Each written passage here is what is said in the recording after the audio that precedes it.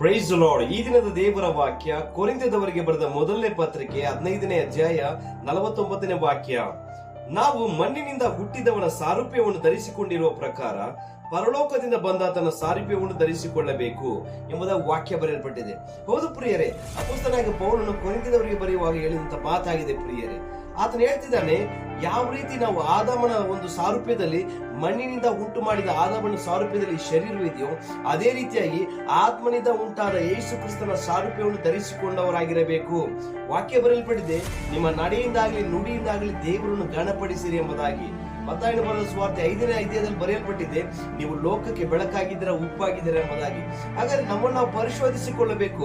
ಕ್ರಿಸ್ತನ ಆತ್ಮವು ನಮ್ಮಲ್ಲಿ ಇದೆಯಾ, ಆತನ ಗುಣಗಳು ನಮ್ಮಲ್ಲಿ ಇದೆಯಾ, ಆತನ ಸಾರೂಪ್ಯವು ನಮ್ಮಲ್ಲಿ ಇದೆಯಾ ಎಂಬುದಾಗಿ ನಮ್ಮನ್ನು ನಾವು ಪರಿಶೋಧಿಸಿಕೊಳ್ಳಬೇಕು. ಯಾಕಂದ್ರೆ ನಾವು ಕ್ರಿಸ್ತನ ರಾಯಭಾರಿಯಾಗಿದ್ದೇವೆ ಪ್ರಿಯರೇ. ಆದ್ರಿಂದ ಎಚ್ಚರಿಕೆಯಾಗಿರಿ, ಸರಿಪಡಿಸಿಕೊಳ್ಳಿ.